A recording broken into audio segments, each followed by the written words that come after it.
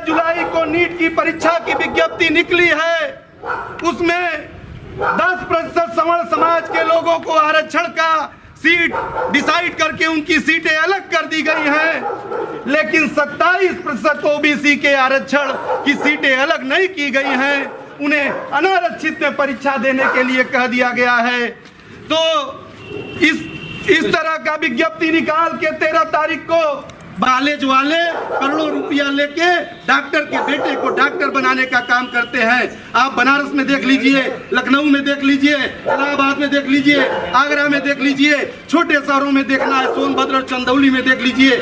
आप जहां आप जाके देखेंगे 20 साल पहले जो डॉक्टर का बेटा डॉक्टर MBBS रहा होगा, उसका बेटा भी वो इंटर पास आउट किसी भी तरह नकल मार के किया हो, लेकिन उसके नाम के आगे हम उनको ये ज्ञापन हमारे राष्ट्रीय कार्यकारिणी के सदस्य राजेश पटेल जी यहाँ मौजूद है, सौंपेंगे। हम चाहेंगे कि पढ़कर हम अपना ज्ञापन आप लोगों को बता दें। सदस्य महोदय, राष्ट्रीय पिछड़ा वर्ग आयोग नई दिल्ली, विषय नीट 2021 की प्रवेश परीक्षा में ओबीसी आरक्षण लागू करने तथा 69,000 शिक्षक भर्ती। आप पिछड़ा वर्ग आयोग के सदस्य के प्रतिनिधि के रूप में यहाँ मौजूद हैं आदरणीय अरविंद जी, आदरणीय जिले के उपाध्यक्ष हैं भारतीय जनता पार्टी, और सुरेंद्र सिंह पटेल जी, विजय राज यादव जी, ओंकार केसरी जी। आप सारे साथी पिछड़े ही समाज से हैं, लेकिन उसके बाद भी नीट में पिछड़े का कोटा तय नहीं हो रहा है।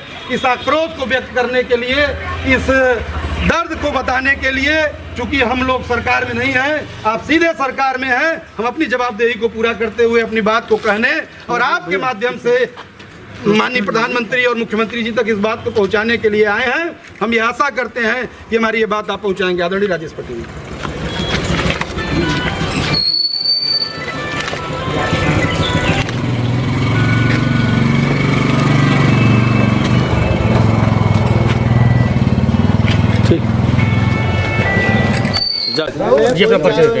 मैं गगन प्रकाश यादव, प्रदेश अध्यक्ष अपना दल युवा मंच। आज किस तरह का प्रदर्शन आप लोग बैठे हुए थे धरने पर? आज हम अपना दल एवं अन्य ओबीसी संगठनों के महत्वपूर्ण पदाधिकारी साथी एक सांकेतिक रूप से धरना प्रदर्शन और ज्ञापन देने राष्ट्रीय पिछड़ा वर्ग आयोग के सदस्य श्री कौशलेंद्र सिंह के आवास पर आए थे। इस धरना प्रदर्शन और ज्ञापन के माध्यम से हमारी ये मांग है कि इस देश में मेडिकल एंट्रेंस के लिए एक परीक्षा आगामी 12 सितंबर को घोषित की गई है, जिसमें ओबीसी के सीटों का निर्धारण किए बिना परीक्षा की तिथि घोषित कर दी गई है।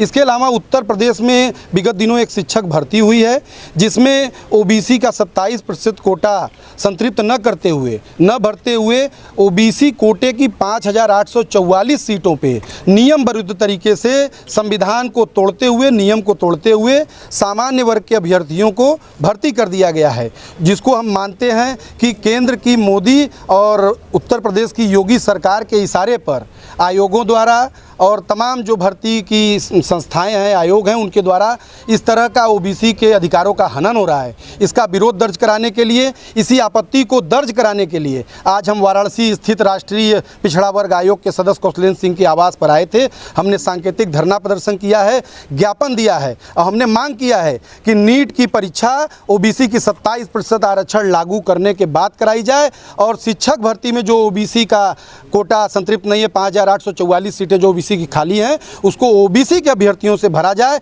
यदि हमारी मांगों को नहीं माना जाता है तो अगस्त के पहले सप्ताह में हम अगले 26 जुलाई से 4 तारीख तक लगातार गांव-गांव में इन मांगों को लेके जागरूकता और हस्ताक्षर अभियान चलाएंगे और लाखों हस्ताक्षर करा के हम लोग अगले 7 तारीख को लखनऊ की सड़कों पर महामहिम राष्ट्रपति को लाखों हस्ताक्षर युक्त ज्ञापन सौंपेंगे।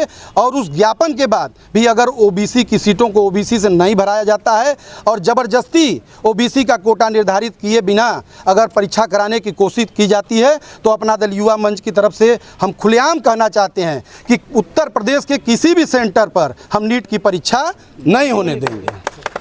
अभी जो इन लोगों ने मांग पत्र हम लोगों को दिया है, माननीय कौशलेंद्र जी है नहीं, लेकिन अब उनके प्रतिनिधि के रूप में हम लोगों ने यह मांग पत्र इन लोगों को लिया है। जो मांग इन्होंने इसमें दर्शाया है वो भी बहुत क्लियर कट नहीं है कि आरक्षण खत्म हुआ है कि नहीं। अब कौशलेंद्र जी आते हैं तो इसको हम लोग दिखवाते हैं, अगर इस तरह का कुछ हुआ है तो हम लोग अपनी बात भारत सरकार के समक्ष रखेंगे। विशेष मांग क्या है? अब इनका मांग यह है कि नीट में और इसमें शिक्षकों की भर्ती में आरक्षण की प्रक्रिया पूरी नहीं हो रही है, वही इनकी मांग है। हम लोग देखते हैं इसको, फिर भारत सरकार अगर इस तरह कोई बात सामने आती है तो भारत सरकार के समक्ष रखा जाएगा।